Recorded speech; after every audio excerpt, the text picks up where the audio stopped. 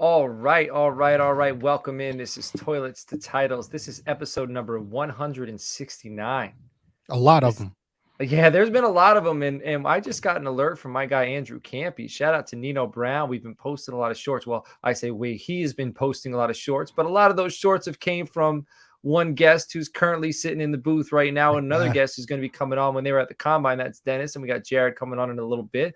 I'll introduce them, but they were interviewing players at the combine, asking questions when the players were at the podiums, and they got those questions over to Nino. Nino posted them on YouTube, and we went over 75,000 views today on YouTube. So that's a big step for us. But anyway, there's been a lot of episodes. I've been joined by a lot of great guests, co-hosts, and this evening to talk free agency, which has been absolutely phenomenal.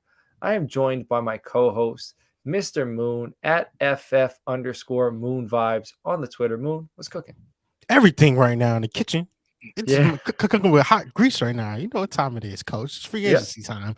A lot of things is happening at a very fast pace right now. So that's how I'm feeling. Overall, I'm happy for another Tuesday that we get a chance to sit down. I get a chance to talk on the game with you, and we got a special guest. Do you see the guy right there? Man, I've been waiting to get on the episode with DNow for this the is DNow, longest. man. At DNow_T2T. He is Toilets to Titles free agency master. This dude has been working with Nino, compiling a list of every single sign-in, every single rumor. We have a Gilded Chat. We have like two kind of tiers of our Gilded Chat. We have the Title Tribe, like fans, friends of the show. We kind of just talk. We got Frankenstein in there. We got mock drafts in there. And then we have like the team, Toilets and Titles. We have that section of the Gilded Chat. And we have a free agency channel because Dennis, Joe, and George have been going live since Sunday. And then, so it was Sunday at 8 p.m., Monday at 8 p.m. Tonight, Dennis is joining us. And then it's going to be 8 p.m. for the rest of the week. And Dennis has been going hammer updating this free agency content. So Dennis has been kind enough to bless us with his time this evening. DNow, Detroit Lions fan. How are we doing, Dennis? Pretty good, especially if this Rodgers thing goes the way I hope it goes. I'll be a lot better. Yeah. So you think so? I mean, we are assuming that all signs are pointing towards Rodgers going. And if it was any other player other than Aaron Rodgers, I'd book it. Like take it to Oh the yeah. bank. But there's just something about this dude. It is so hard for me to trust anything that I won't trust it. And the Packers, we'll talk about this. Well, not the Packers. I'm sorry. The Jets signed Alan Lazard. Supposedly, Rodgers had wish lists like, hey, I need this, that, the other thing done in order for me to come there. The Jets are upholding his wishes and they're trying to push this through, but I still won't trust it until I see him in New York holding up a jersey, shaking the It's only coach's right, hand. coach. Right, Moon? Go ahead. It's only right. Like I think we've all kind of started leaning to the way of New York as he started to give these cryptic signs, and he's been in ghost mode, incognito. Right? That's his new name in my opinion. Incognito Aaron Rodgers. Not only does he not show up in the off season, but he doesn't show up at the end of the season. So with this happening, I think New York presents an opportunity for him to redeem himself, and I think he knows that. But Aaron Rodgers, just like the rest of the great ones, they love drama. They like I compare Aaron Rodgers to like one of the great actors. Like this is his stage, so he's going to make it about him, and for me, I just sit back and watch, take notes, and just observe and have my popcorn like Michael Jackson in the GIF. I'm soaking it all up as much as I can. And I just think that if you're a fan of New York, I know you're probably on the fence or whatever, but it's probably still better than what Zach Wilson was last year. So I gotta at least be hopeful. Man, you ever seen The Sword and the Stone on Disney? Like an old Disney movie, The Sword and the Stone? Aaron Rodgers reminds me of Merlin. Like that's how I imagine, like that's how I imagine him. And Zach Wilson is going to be Artie, like little King Arthur, like there trying to learn from old Merlin himself, like just the wild antics. That's what I feel like Aaron Rodgers is up to in the offseason. I see Nate in here. Nate is a Nate. Packers fan, and we're hoping that Jordan Love works out. maybe we were talking before the show, maybe Elijah Moore makes his way over to Green Bay in this deal, because if Rodgers really wants Randall Cobb and he really wants him in the slot, there's a chance that they won't need Elijah Moore, and maybe they'll ship him out of town. So maybe he'll go there. That would be a big help. We get Jordan Love with Christian Watson, with Romeo Doubs. But Nate mentioned my Udi. I guess he's saying that's a nudie. So I don't know what that means. Yeah. But this is just a T-shirt, a sweatshirt, I'm sorry, without a hoodie. So I don't know what a nudie is. But this is from Homage, by the way. Homage is a sponsor of ours. If you go to toiletstotitles.com, I don't know if it's a sponsor or it's affiliate. You go to toiletstotitles.com, you click their link. They got tons of sweet gear. I have a NFL Jam T-shirt. It looks like the old NBA Jam like rosters when you pick the rosters, and it's Trayvon Diggs and Micah Parsons, and it has like their speed, their strength, and all that cool stuff. So go check out Homage. Shout out to Homage. Also, shout out to Jarod Gray. He is our master of IDP. He's going to be coming on the show after Dennis talks offensive skills. Excited for both of the guests tonight, Coach. Yeah, man. So Moon, I'm passing it to you, man. We got some other things to discuss. Oh yeah, make sure you hit that like. And make sure you hit that subscribe button. We are currently at 946 subs for the channel. And why do you want to sub? Because we're giving you high quality content at a high quality pace, and making sure that not only you're covered from just one angle, but got you covered from many angles with the team of Toilets to Titles. Got you. So hit that subscribe button, not only, and also hit that like. It also helps us with getting more exposure to the channel and everything that comes with that. Make sure you subscribe to CFB Nation. KT's are in the channel. Shout out to him. DNow, CFB Nation. He's about to be dropping his show very, very soon, the Hawks Nest. There's a lot of things happening on the CFB Nation account as well. You should check it out. Just type in your search bar at DCFB Nation. Throw us a like on Apple's podcast and an iTunes review. And make sure you check us out at toiletstotitles.com. That's toiletstotitles.com. And Coach, let them know about the community that they can be a part of on the big G up there, and not talking about the Packers. Yeah. Well, you want to check out our Gilded Chat, man. Our Gilded Chat. So George, he ran Mock Draft Lavatory last season. It was on Monday nights. We're going to be doing that again live on air. Dude would fill like 6 mock drafts on Sleeper, and then he'd be recording an episode, breaking them all down as they're going live. So we're already starting the Mock Draft Lavatory, but instead of doing it live, because it's the off season, still early off season, we're doing them in our chat. So we're going to have Sleeper links. You're going to join that. But we're also going to be able to communicate and talk throughout the mock. So it's going to be a lot of fun.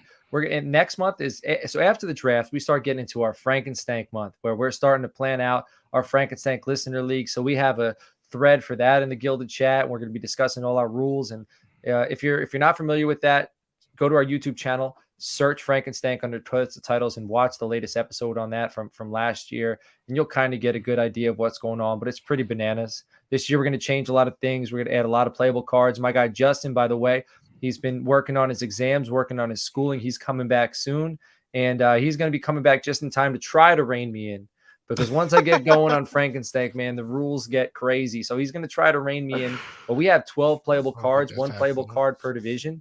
I'm sorry, one playable card per team in each division. And this year, we're thinking about upping it to like 30 or so. So, each division is going to have a different set of playable cards, but it's going to be bananas. But Moon, there's some offensive skill position players that are moving, not moving. Their value is going up, their value is going down. And who's the first player who he ain't moving right now? Nothing's moving when it comes to him. So who is that?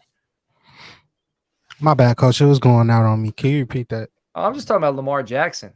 I was talking about moves, but this is something that doesn't seem to be moving. So I want to talk about Lamar Jackson. Him and Adam Schefter had a little bit of a back and forth today. So what was that all about? So pretty much everybody's assumption has been that Lamar is seeking this deal essentially in the range of 5 years, 200 plus million, 230 million, similar to what Deshaun Watson received last year for the Cleveland Browns, with everything that went on with that. Now, this ended up happening today, where the franchise tag happened recently, and the Ravens gave him non-exclusive franchise tag that was worth $32.416 million and there was questions surrounding him, whether he would play, whether he would sit out. We had all of the trade controversy or lack thereof, I should say, with teams saying that they were out on Lamar Jackson and didn't want to trade for him. There was a lot of just whirlwind around this, but there was nothing that was spoken from Lamar Jackson's camp. People were saying that he needs an agent. They they were coming out saying that he like really needs an agent himself. I even advocated and said, hey, maybe get David Mulugeta, because that's the same agent that orchestrated the Deshaun Watson deal just last year.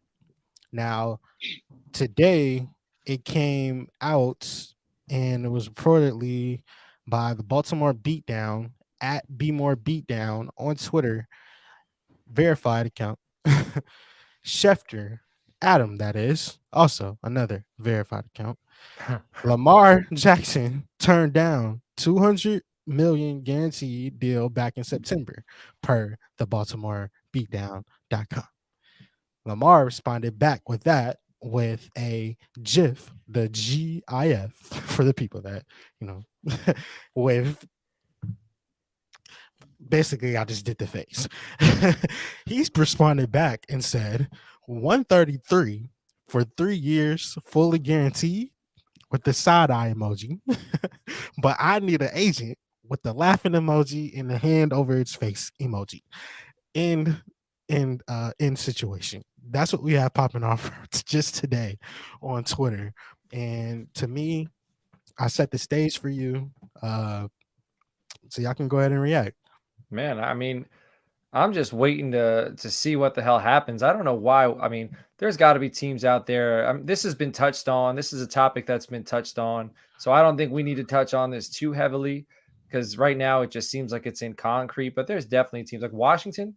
If I'm the Washington Commanders, I'm going out and I'm getting this guy. Like, hands down, this guy will put us over the top with that defense. After signing Daron Payne and locking him up, I think it'd be solid if he was over there in Washington. But really, this is going to be wait and see. I don't see this playing out anytime soon. But there are a few running backs, Dennis. Why don't you tell us about some running backs that you think will actually be playing on the franchise tag this season? Yep. So right off the bat, we got Saquon Barkley, who was the non-exclusive tag for I believe it was $11 million. And then we have Tony Pollard for your Cowboys, was franchise tagged, as well as Jacobs for the Raiders, who was franchise tagged. I think Barkley, solid pickup. He'll help continue the development of, as George calls him, Danny Dollars. And I've hit with you with how the Cowboys run their offense. I think Zeke is running on E, so it was important for them to bring back Pollard. I believe he's more versatile in their offense. And with Jacobs, I think it was just important because they literally have no one behind him to run the ball for him. So, and then all three are kind of in that position where they can win now. So it was important for them to bring them back instead of let them walk and start the rebuild.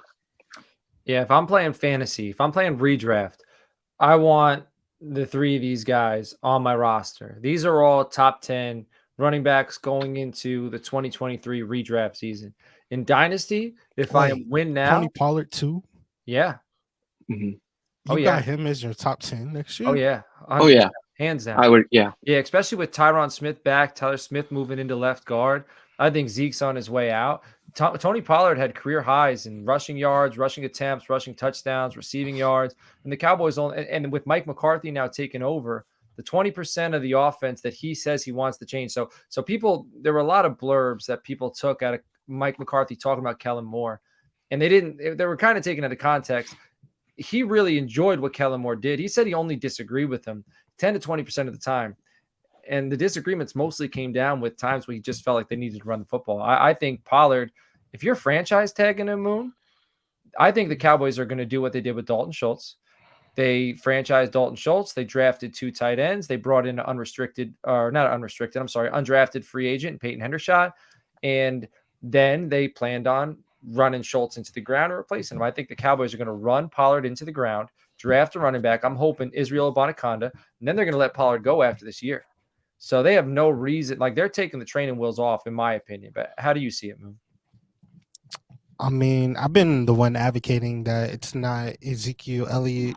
It's not Ezekiel Elliott or Tony Pollard. It's Ezekiel Elliott and Tony Pollard. And I think that the Cowboys offense was better overall when they get both of them involved, because I'm more of the type. My cup of tea is use Tony Pollard out in space, whether that is on kick returns, punt returns, whatever you need to do, special teams. That's already checked. You got him using on jet screens, jet sweeps, bubble screens, whatever you need. You can run him on stretch plays, whatever the case. If you want to use power, now that you got the big guys back, some of them, you could use that. But I'm using Where do Zeke you think more so Pollard between the finished last tackles. year in fantasy? Running Where do backs. I think I have to look at the notes He like finished off the top of 7th. my head. He was RB7. 7. Yeah. So, I mean, and that's given he was splitting the workload. So, Yeah. I wanted to know how y'all felt about it. Me personally, I'll let you know what my rankings are whenever they drop. Yeah. And when we might be seeing those on toiletsandtitles.com very soon. So I'm looking forward to that. Yeah. But I mean, the future for Zeke in Dallas looks like it's kind of inevitable. It feels like that way. It's been that way for a while. However, for Tony Pollard, I'm still looking for another running back. Not because I feel like he's not going to be. You're not going to be able to have just one guy carrying the load. No. And that's not how the NFL is moving or pressing forward towards this year. And with these running backs getting the free agency franchise tag, non-exclusives, so it's like it puts them in a situation where I would do that. I would put a player on the tag if I know that I'm a team that's in a win, essentially in a win now window. I was in the playoffs last year for the Cowboys case with Tony Pollard, right? Yeah. Injury aside. We had a good season. You talk about Saquon, they gave Saquon so many opportunities last year to be successful just for Brian DeBall being there. So I'm looking at it from glass half full, glass half empty, but just well, this is fantasy. This is fantasy football we're talking about. So I'm taking Saquon number 1. I'm over the rest of the two. Yeah, especially in redraft. In redraft, if it's 1 year, I want these guys. If I could get 2 of these guys, because again, these teams are knowing that they aren't committed to them long term. So they're caring about is winning right now. And right. I think and all we care about is winning right now in this 1 year. And because these players stayed in their exact systems and they didn't change schemes, it makes it easier for us to kind of predict moving forward to the future. We know that Brian DeBall gave Saquon Barkley the ball 30 plus times a game. Like, it gave him opportunities galore in fantasy, and that looks great on our side. So we just got to continue to trust that type of stuff. And I got to be against myself, coach, sometimes, and be able to trust that too with Tony Pollard. Right. Well, so now when it comes to Dynasty, if I can win now, I'm keeping these guys. But if I'm in a rebuild, I am either waiting till the season starts and somebody who's a contender loses a running back and I'm shipping one of these guys off for picks, or I'm selling them now when the buzz is high. Because if I'm in rebuild mode, I'm not waiting around until next year to see what happens to these guys. I'm not. Jacobs, he's only 25.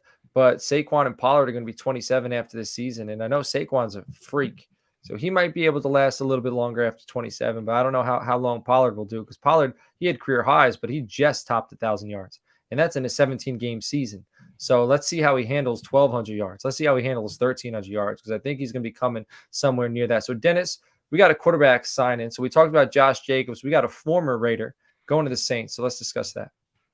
Yep. So that is Derek Carr. He signed a 4-year, $150 million deal with the Saints. Yeah, I think so. Chris Olave. I mean, what do you think about Chris Olave last year and now coming into the season, as a fantasy asset? Where do you think he'll kind of end up? Because I think at least he's a mid to high end wide receiver 2, in my opinion, right now. Before I answer, Coach, where did you have Olave at last year when he was coming out? Like, as far as that class of wide receivers, where was Olave at for you? I had him after Wilson. I have to see it in front of my eyes. I know I had him before Pickens, and I love Pickens. You had him before. You had him be over London Burks. I had him. and No, Burks. London was number one for me. I had London, Garrett Wilson, Olave, Burks, and I think I might even have Pickett above Burks. But I'm sorry, not Pickett. Pickens. I'll look mine up. So you discuss Derek Carr. I'll look up my rankings from last year. I'll give them to you shortly. Okay. Well, coming into the season, there was a lot of hype about Mike Thomas. Mike Thomas being back healthy and the just what could be if the Saints offense was clicking at all cylinders, whether they had Alvin Kamara, they had Chris Olave, Mike Thomas, Jarvis Landry, Trotman, or what was Trotman, and then some of the tight ends, including Taysom Hill and Swiss Army knife. I give him his credit. You got Ingram, whatever. So when you look at that, I thought the pecking order was going to be Thomas, Olave, Landry, but it ended up being, in my opinion, Olave, Landry, Thomas. So then I'm looking at them having a new head coach, first year under Dennis Allen. The return of Michael Thomas was very short-lived. The addition of Jarvis Landry had his moments. When I look at Olave coming out of college at Ohio State, I'm looking at his production in his last season, and he had 11 games, 65 receptions, 936 yards, 13 touchdowns. But he and Garrett Wilson even would say that the guy that's coming out in this year's draft is probably better than both of them. So I looked at it and I said, hey, his outlook for 2022 is very promising in my eyes. And I feel like he lived up to the hype. I feel like Chris Olave lived up to the hype. He's a dude. He really is a dude. He came in and he had a lot of scary shots early in the season. Just with like concussions and things like that, where it was just like him getting used to the game speed, but his route running, his excellent speed, his ability to know how to move out of space, his sure hands. Like, I'm looking at it, I'm like, yo, if I'm going into next season and I need a wide receiver one that just had 72 receptions, all put up 1,000 yards, only had 4 touchdowns, and I was playing with Andy Dalton. If I'm having Derek Carr in the mix, I want more of Chris Olave this year. Yeah. Not that I feel like it's more of a people. Some people are saying that there's not really that big of a jump between Andy Dalton and Derek Carr, but I, in my opinion, think that is. I think it is, just from an overall signal caller perspective, and somebody that can be able to push the ball down the field even more than Andy could. So I love the outlook for Chris Olave. There were so many times when Chris Olave caught a ball last year and no one was around him. Like, he would just man just find space. It is so hard to stay with him in coverage, and quarterbacks, that's quarterback friendly. You want to talk about quarterback friendly? Give him a gigantic passing window, and there seem to be a lot of gigantic passing windows around Chris Olave. I know we touched on Aaron Rodgers earlier. We're thinking he's going to the Jets. We're waiting on it. I think it's going to be an uptick to Garrett Wilson. That was Chris Olave's college teammate. Garrett Wilson is a dude, absolute stud. We don't know what's going to happen with Elijah Moore. We know they got Alan Lazard there. But I want to touch on the other side of it. Jordan Love, he will be the quarterback one in Green Bay. Who is the wide receiver one in Green Bay? Is it Dubs or is it Christian Watson?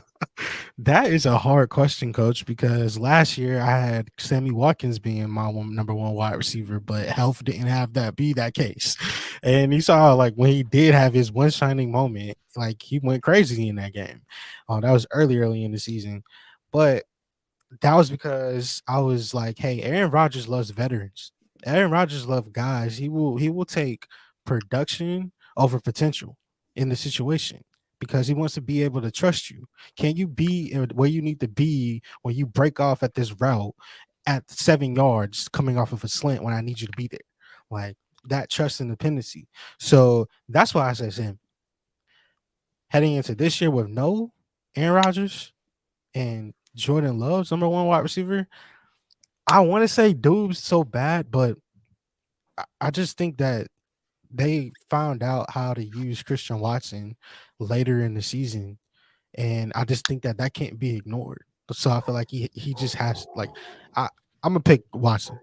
Right. Well, Jared, he's in the green room right now, getting ready for IDP content, and he's saying Love and Dubs, they got chemistry, and I think Dubs is more of a possession guy.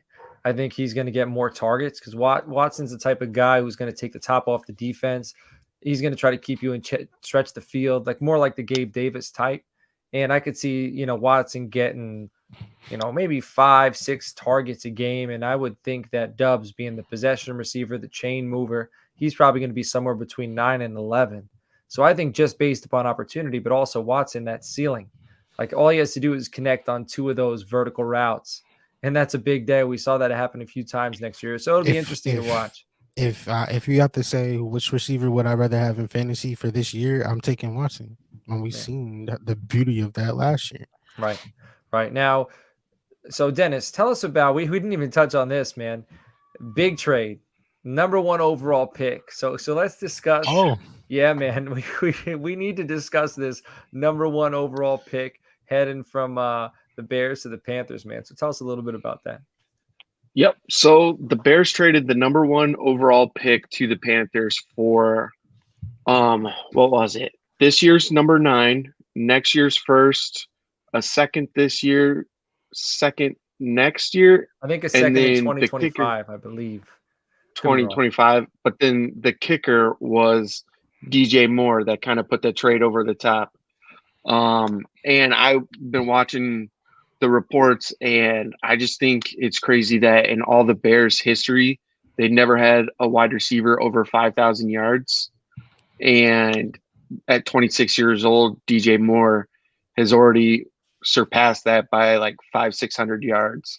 So I'm looking for him to go in there and really shine more than he did in Carolina.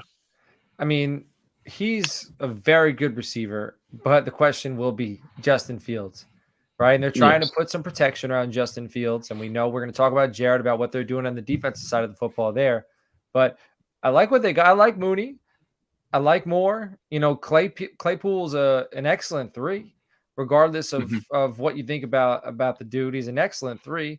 And then, you got Herbert as the RB1. And I've said I think it'd be in their best interest to go ahead and draft Bijan Robinson, because that's only going to help Justin Fields. And you're not winning now anyway. So that's somebody who can help keep him protected so he doesn't have to run the ball so many damn times. And maybe you can, though. Maybe you can, based on these signs. If Rodgers is gone, you could because win. Maybe you can, because last year the Lions were so up and down. We have the Minnesota Vikings. We saw all of the games that they won by close. You think the Bears are contenders? I think that they were more competitive than people gave them credit for coming into the season. I think that they are better than their record suggests. I think they just played such an unorthodox style of football. They played to their strengths. They want to run the ball. They say we don't have receivers. I'm not blaming them. So we're going to just run the ball with Khalil Herbert and Monty. And Fields. And I think when you throw that game in a schedule and you're game planning against a team like the Vikings, and you're game planning against a team like the Lions, and then you're game planning against a team like the Giants, and then you go ahead and you play the Bears, I just think they caught a lot of people not prepared to stop what it is, including that they your do. Cowboys. Yeah, we still won, but they caught us and we got away. So I think personally, if Rodgers leaves, and with how depleted Minnesota made their defense this offseason, I'm not saying they should draft Bijan. I think they should go offensive line, and if they can keep Fields kind of in the pocket a little longer, they may surprise some people this season. They got the weapons. And then not to mention, I didn't even mention Kmet. So they got the targets. I hope we get to see Justin Fields throw the ball like 20 plus times a game. Because I think that would be very exciting. I think he's fully capable of it. And I think, honestly, because they play to their strengths so much and they stay consistent with that throughout the entire season, this year with the weapons, a DJ Moore will help. If you have to come into the game and you have to scheme for the Bears and you have to focus on this run-heavy approach that they take, and you know that Darnell Mooney is going to be the number 1 wide receiver that you have to stop week in and week out, that's a different type of pressure than it is when you have DJ Moore now with Darnell, and then you have Chase Claypool. there. Like, so to me, it's going to be more pressure. And I agree with DNow. I think they're going to be better, just like last year. Last year, we thought Bears going to be the worst team in the league. And I mean, I know they're picking first, but to me, they were more competitive when I watched a lot of Bears games last year. Yeah.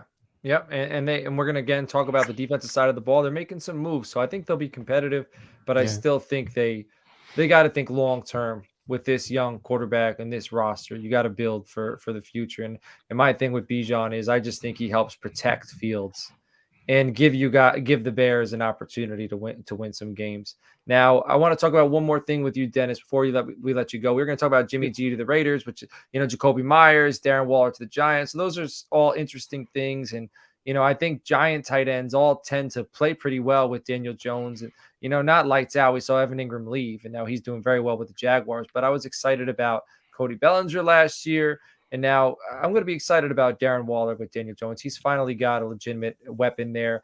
Jacoby Myers going to the Raiders with Waller gone. That'll be interesting. I was very high on Renfro last year. Jimmy G going to the Raiders, which I predicted like 3 weeks ago when we did our mock draft, and I'd had the Raiders taking Anthony Richardson, and I think he's going to sit behind Jimmy Garoppolo. But what I want to talk to you about right now, are you hearing anything? Like, what is going on with Austin Eckler and the LA Chargers? I've heard there are 4 teams that are really into him. I've heard the Lions and the Bears, both out of the NFC.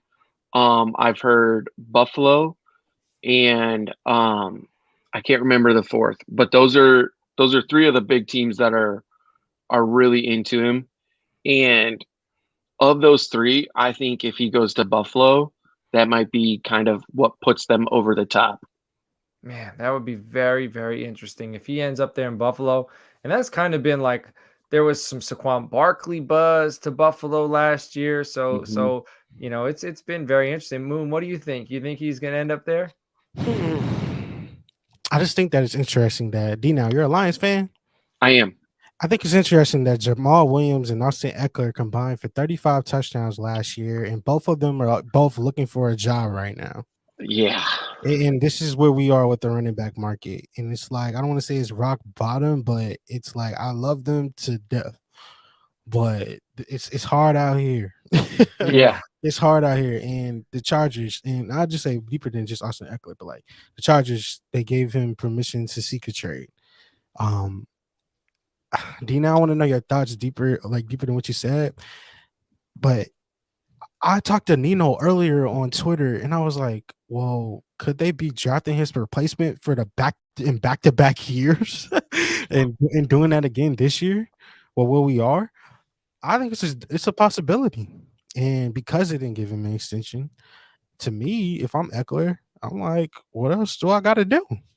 Like, y'all going to more, pass-centric offense. I've been carrying the offense, if you don't want to admit it. I know y'all don't love Herbert and I want to give him the money and everything, but outside of Keenan Allen, Mike Williams, we got to go through all the Palmer, everybody. Like, if you want to look at the who carried y'all last year, it's Eckler.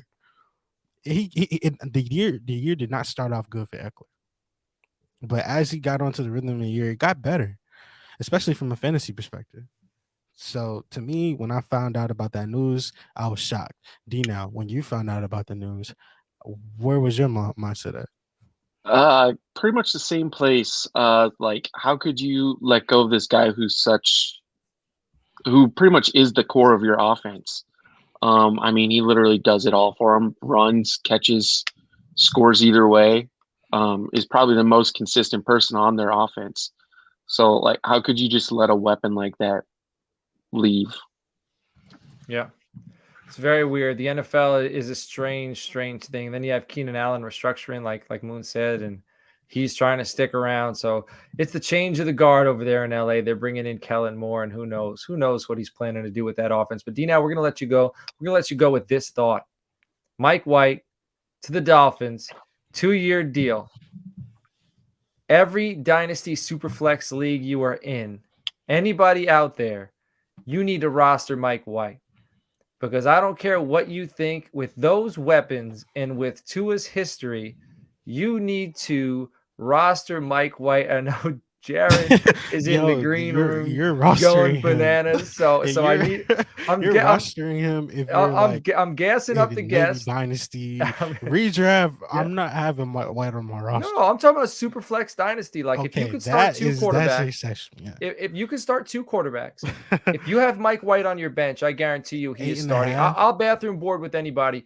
I guarantee you will be able to start Mike White at least 4 games this year. 4 games. Okay, well that's a done deal. You already won that. Like, of course that's going to be the case because you don't him trust or Heineke. Him or Heineke. Like you're going. You already know the Dolphins' history. Like we're not going to do this. Yeah, I'm not going to do that bet. However, I do say that it is a good opportunity though. Yeah. So DNow, tell everybody where they can find you and where you will be at 8:00 for the rest of the week with the free agent team. Yep. I can be found on Twitter at DNow_T2T. And every night at 8:00 for the rest of this week, I will be here on the Toilets to Titles YouTube channel, talking free agency with Joe and George. All right, excellent. And trades, because we got trades going on too, like the Dallas Cowboys bringing in Stephon Gilmore. So Dennis, thank you for blessing us with your time, man. We will catch you later, my guy. All right, appreciate it, guys. All right, take care. Coach. If we have any, listen, I know we just talked about Eckler and everything, and it's perfect segue because we were talking about Eckler and now we're talking about the Bears. But if there's these rumors about Eckler and the Bears are true, that's going to be very interesting. It will also be. The rumors with the Bengals. If I talk about that a little later, we got a guy that's the pro's pro. Yes. Joe's got to get out of the way when this guy steps in the building. I'm talking about the one, the only Jarod Gray, T2T CFB Nation. How you feeling today, Jarod? In the words of Coach, what's cooking? What's cooking? Nothing's cooking right now. I already ate dinner, so there's that. But I wrote that a little note because Coach was talking about Mike White, so I just wrote George, write that down on my notes for Mike White. Let George know to make sure he gets him on his team for Tua. You know that I'm not a Tua fan, so guys got more head injuries than I'm not going to be mean. It's not a thing. Yeah. It's funny. I just a little bit of talk right now. We haven't really talked about offensive side for me, but I will tell you the Buccaneers and Baker and Orlando Brown is heating up. Both of them. Wait. Coach, do you want to just go all the way there right now? Go there, man. All right. So, can you tell us more about what you know? Because I know you're an insider. You don't want to get credit for it, but you're so obviously, I brought it up a couple months ago that I thought it was news to be talked about. That Baker to the Bucs was a thing. He was there for the playoff game. Had no reason to be in a box at the playoff at Tampa, right? Except for, hey man, we want to talk to you. And he was a free agent as soon as the Rams were done for the season. So that's the way Brett basically rolls down for him. He's there hanging out, having a good time in a box with family. He goes down there quite frequently. We knew Orlando Brown's going to ask for money and move out. So I know that they talked to Ben Powers, but Ben Powers got offered quite a bit of money at Denver. It's too much to turn down for him. And, Orlando, they need offensive linemen in Tampa. Mm-hmm. You know that they need help in Tampa. They need depth at quarterback, losing Tom Brady. So in that aspect, you got to bring in a veteran quarterback. And I brought it up a couple months ago. And now all of a sudden, everybody else is bringing it up. Like Garofalo, Ian Rappaport, said they're interested. They really are interested. So as far deep as they, are in the draft selection, they have to look at a veteran quarterback now. They're in a position where you're not really worried about the division in general. I mean, bring a guy that plays good in good weather and in a spread offense, and it's worth a thought. So, And with a guy like Baker Mayfield, who is a competitor and he's a student of the game and he's somebody who's kind of gotten better at every level, and you saw him progress at Oklahoma. And now you're seeing him progress in the NFL. You saw him win over that locker room in LA, like immediately. You saw him take that team on when they were kind of falling apart. You have to think a guy like that, the best is yet to come. And I could understand why Tampa would be very interested when they're Tampa doesn't really know what they are right now, kind of moving on from a guy like Tom Brady. Are we going to move on from Mike Evans? Are we going to keep Mike Evans around? We still got Chris Godwin.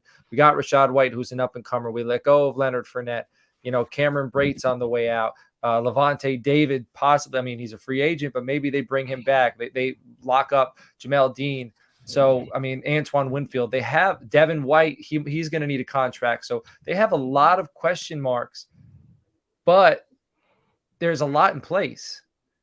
So if you could bring somebody in who's not going to break the bank and find out what you really are before you have to make any of those big decisions, I don't know why you wouldn't do it.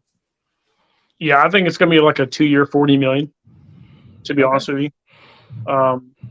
And which is good for both of them, to be honest with you.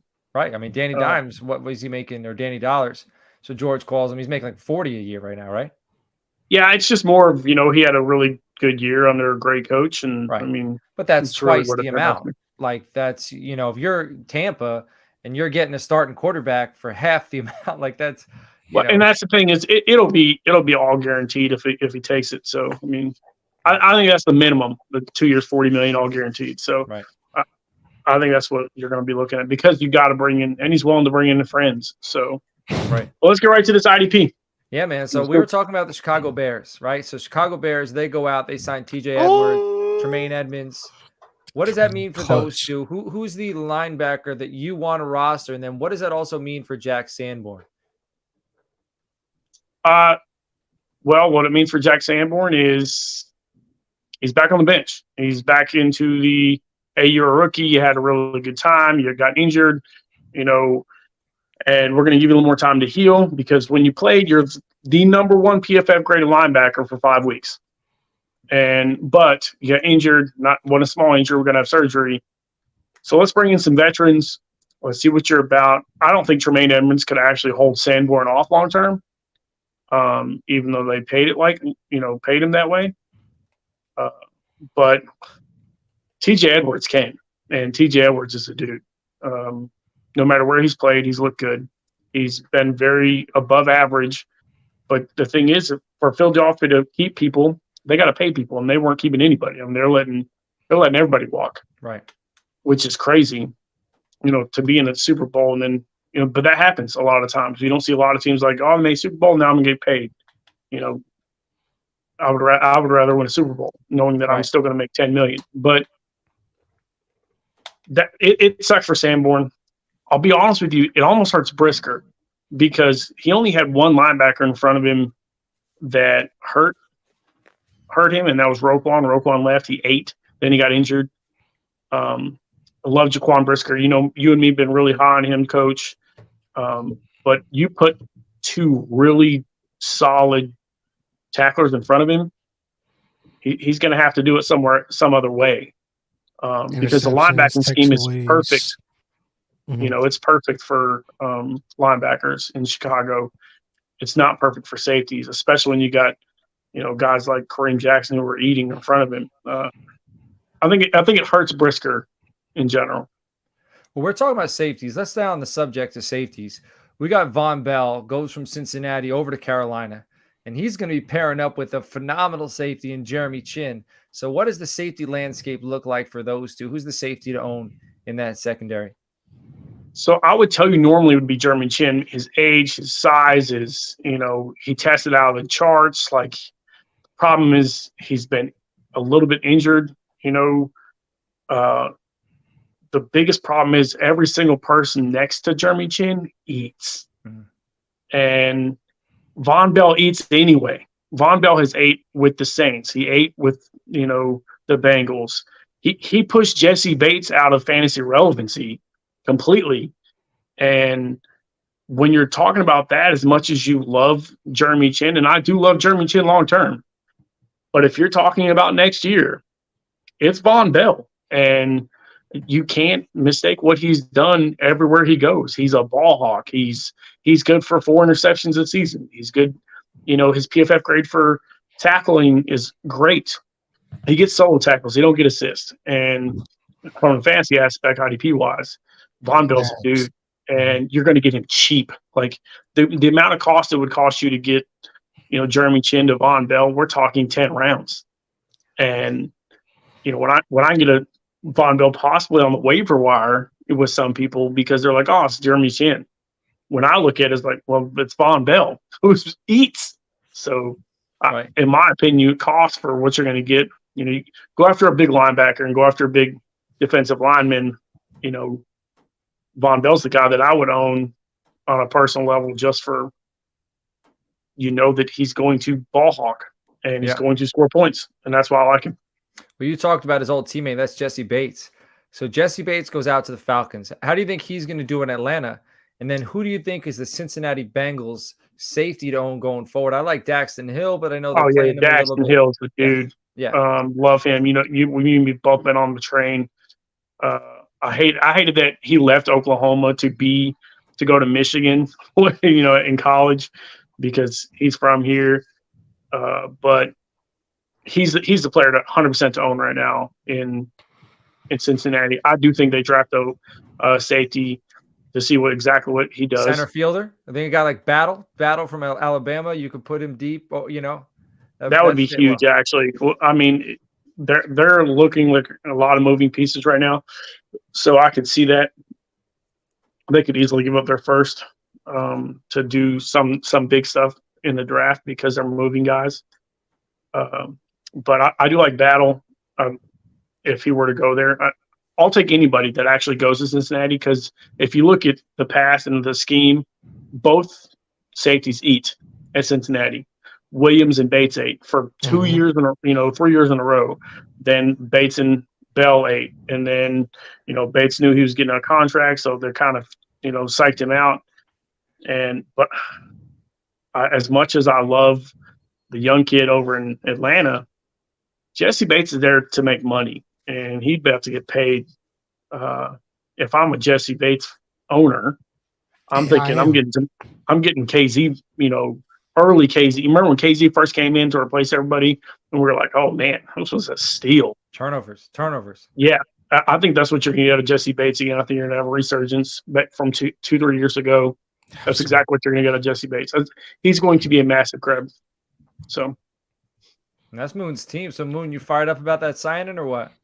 Listen, man, my Falcons have been like handling business in this free agency and doing everything that they need to. Taylor Heineke, 2-year deal, $20 million today. They re-signed Keith Smith, homegrown, where we are. We brought back Jonnu and paired him. Keith Smith is a Cowboys legend, by the way. Dallas Cowboys legend, Keith Smith. We let you guys have him. You needed him out there in Atlanta. Rashawn Evans. I don't know what they're going to end up doing with him, but I think he's gone. But I think that we resigned Carter on 2-year deal, Lorenzo Carter. Man, hey, Jared, I've been impressed with us. We got JC Bates, like you said, on a 4-year, $64 million deal, $23 million in this year. So they basically front loaded the contract so they'd be able to, allow it to be manageable later on. But then they got Caden Ellis and then signed David Onyemata. That was my favorite signing of the draft. Yeah, I love Onyemata. Really solid.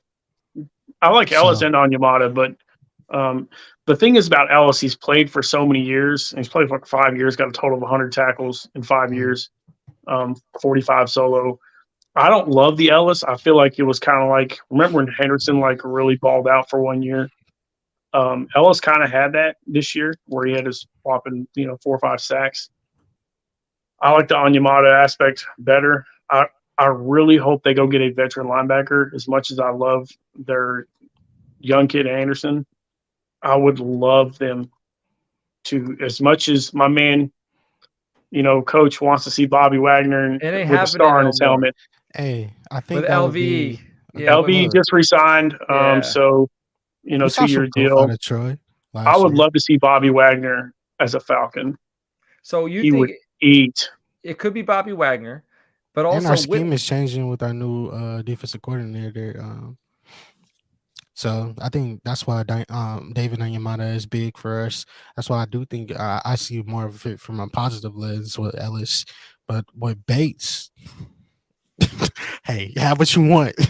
I mean, you're not a leader of the defense like Grady Jarrett or whatever, but when you can pair a Grady Jarrett with an Onyemata, now we start being able to cook. I think with Evans, we saw Okereke goes to the Giants, Leighton Vander Esch stays home in Dallas. Wagner's still available, Levante David's still available. David Long goes to the Dolphins. So does that open a hole up in Tennessee? Is there a possibility Rashawn Evans heads back to Tennessee? Because some of these teams that had vacant holes at linebacker are starting to get filled up, and it's making me think there's a chance he goes back to Atlanta. I mean, with the year that he had, they would have to pay him. And the thing is if anybody's going to have to pay him to a point. I mean, he led the league in tackles this year, even though he had 70, assists. How about going from Foye to Rashawn Evans leading? But we picked him up. That's value from last year. Picked him up, and we literally just plugged holes, plug here. Mm-hmm. You signed all these guys to 1-year deals and things of that nature, and then just made it work. And now he's about to come up on a payday because of what he came out to play. So if I'm a free agent, why wouldn't I want to come to Atlanta? Well, Jared, where do you think Rashawn Evans fits best, Jared? Honestly, we're seeing all these big moves and people moving different places. I would love to see him go to the Rams. I would like to see him, you've got injuries with Seattle. I think that he would fill a really good void where Jordan Brooks is hurt. What about the Eagles? Losing Kaiser White. I almost said the Eagles, but the problem is if they're not willing to pay studs, they're not going to pay a guy who's coming in 6 years. But let me give you a place that if I am a fantasy football owner and I have him on my roster right now, I am praying he goes to the Texans.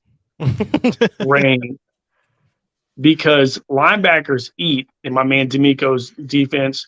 They've got nobody there. I don't care if Kirksey's there or not. He's old. He's busted.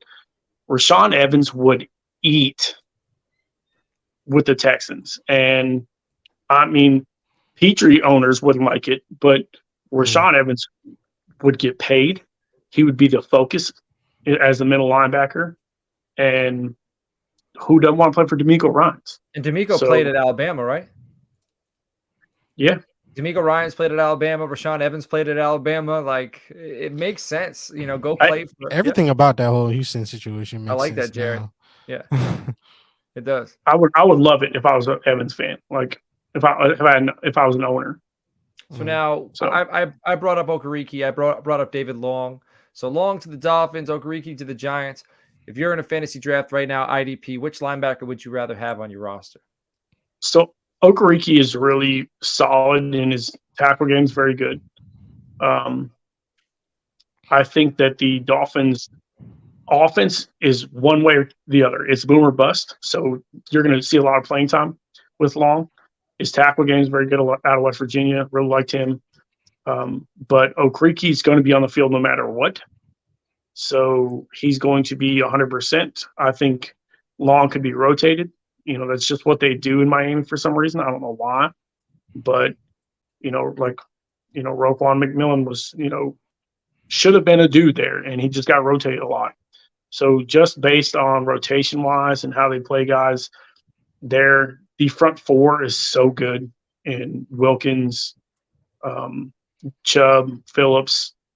The linebackers aren't getting a lot of love because they're so good in front of him, which usually would think would be better, but they don't miss tackles. So I would go with Okereke. I think it's a good landing spot. I think he's going to have, the same like Martinez numbers. I think he could be a top 10 tackler in the league next year. And then who's the Colts linebacker to own? You think Shaq Leonard? It's Zaire Franklin. Zaire? Yeah, so the reason being is his tackle rate in PFF was top 4 in the league last year. And if missed tackle rate is a big deal.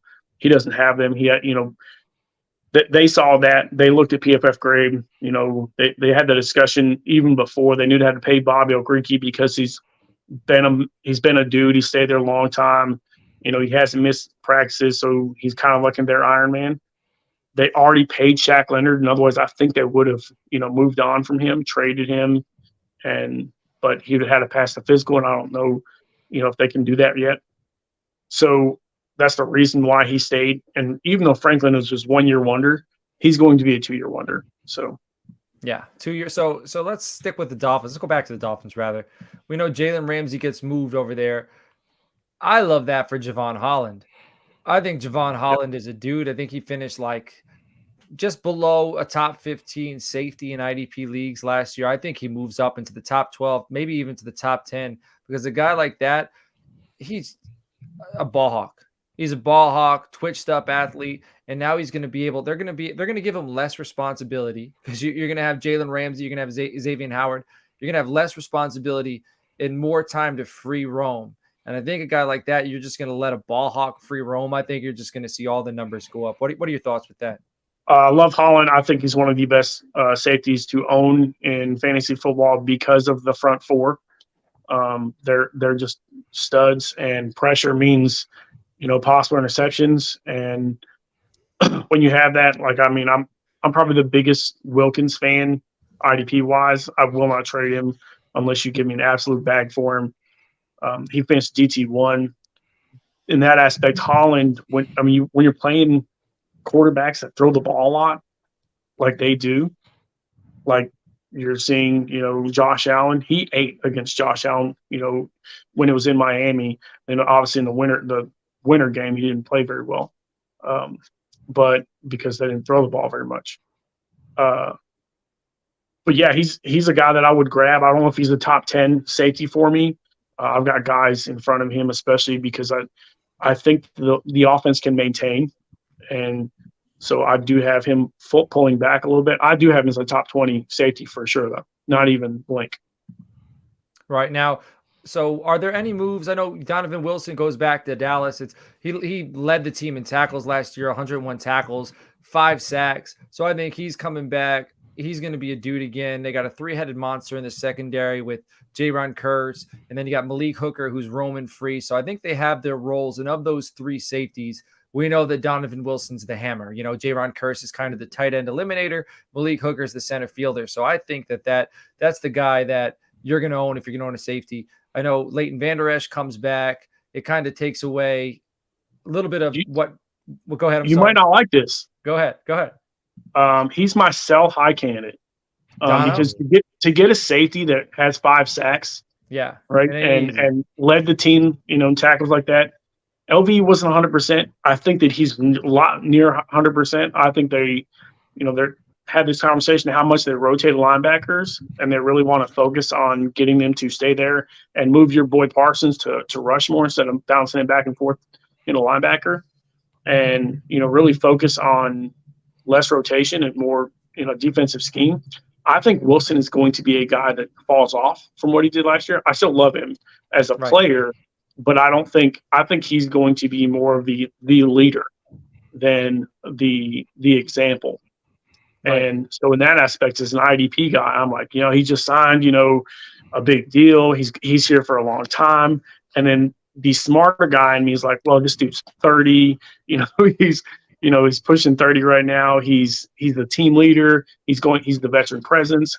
He's had a big tackle. I would sell so high on Donovan Wilson as an IDP guy, like knowing you can get a younger guy like Petrie, which, or you're not going to get a Petrie cheap. Antoine Winfield Jr., who was injured, you could get him and probably 2 other guys knowing that he was injured last year, and who I think is going to absolutely eat with Brady not on the field, by the way. Right. And I think that's just something that people need to look at. When you see a big piece move on offense, the defense eats more. Yeah. And that's a guy that I think that, Wilson's going to be more of a leader instead of an example. I like that. And yeah, it's hard. How are you going to duplicate 5 sacks as a safety? How are you going to duplicate 101 tackles? But as a football fan, as long as he stays healthy, it's kind of Dan Quinn uses these guys like chess pieces. And you had mentioned Leighton Vander Esch, like he really came on strong. He had more tackles last year than he had 2 years prior, which was the first year coming back to injury, played in about the same amount of games. And then you got to see in the playoffs, he had 20 tackles over the 2 games in the playoffs. And I do want to see Damone Clark get in there, but I want to see the bridge be built. And I think Leighton Vander Esch is the bridge to eventually Damone Clark taking over. And I'm glad he's back. Moon, I want to touch on, before we wrap this thing up, I know we got head-to-head, Jarod. We got head-to-head coming up this evening, correct? Yes, we do, right after this. So what are you talking about on head-to-head this evening? So obviously we've really been in XFL lately. We've got, some different talks on, what the XFL has done. Obviously they've got 40,000 viewers just at the St. Louis game the other day. Just how it's growing and different players, it's starting to grow a little bit, which is great for them. Just we highlight the big defensive players. We're going to highlight some combine players and some free agent moves, just like we're doing here tonight. Excellent. Well, before we cut this thing, we let you go to head-to-head. I want to pass to you, Moon. We got some players who are still out there. Is there anything you're looking or expecting to happen? I know Dalton Schultz, he's still up there. I'm kind of thinking he might go to L.A., Denver Broncos. Yeah, I think he's a Charger. Like, honestly, I don't know how he doesn't be a Charger, to be honest with you. Especially with Parham. Just he's out the door. But we got all the Broncos wide receivers are available. Except Tim Patrick. Yeah, except Tim Patrick, Derrick Henry. So I want you to call your shot before we wrap this up. What do you think is the next big shoe to drop? No pressure. That's pressure. And last time you put me in this situation, I folded. I'm not going to give a pick, but I will say that players that I'm excited about to know what their situations are is Orlando Brown, Chauncey Gardner-Johnson. I want to know what happens with Levante David because and Bobby Wagner. The Poyer situation is interesting because I feel like he could be similar to what McCourty was in New England and just, kind of aging with that secondary and everything, even though he refuses to age. He just keeps calling all the shots and stuff. So I'm interested in those IDP players. But my favorite player that I want to talk about, favorite player, Byron Murphy. Like last year, coach, he really showcased and proved to me that he can play on the outside, and we already knew he could play on the slot. So you add that into the mix when teams are kind of looking for those corners to fill, because receivers are only getting better and better. And then whether it's through the draft or free agency, I want to know who attacks Byron Murphy, cornerback that was playing with the Arizona Cardinals. I like it. I'll give you two players to look at right now. Go ahead. I think Derwin James falls off because Eric Kendricks eats, right? And then my number one grab that nobody's really talking about is Nakobe Dean because nobody is at left in Philly. Yeah, and just open space. He wasn't healthy, coming in, learning the ropes. Played a lot during the, playoff game. So when you're seeing that, knowing that he's going to be a piece and they let the other guys go, Nakobe Dean's got to be a grab right now. I like it. Hey, are we gonna be doing any IDP rookie mocks, or we got any drafts coming up? Yeah, so we got an IDP rookie mock coming up real quick. Next Tuesday, we're doing a big show. Going to bring on a bunch of guests, 15-minute segments talking about different things. It's going to be head-to-head, locked and loaded. You're not going to want to miss next week's episode. It's going to be absolutely a banger. So. Excellent. So make sure you subscribe to the YouTube channel. Go ahead and check that out. That's coming on right after us. And like DNow said earlier, every night this week, at least till Sunday. We might progress it after Sunday if things are just going bananas. But we got the free agent recap every night, 8 p.m. Moon at FF_Moon Vibes on the Twitter. I'm at Coach Sheps. Again, check out titles. Check out the CFB Nation. DM me on the Twitter if you want to get in the Gilded Chat and do some mocks with us in there, or just see our instant analysis of all the free agent moves. Again, I will get you in there. Reach out to me. We will catch you all later on. Take care.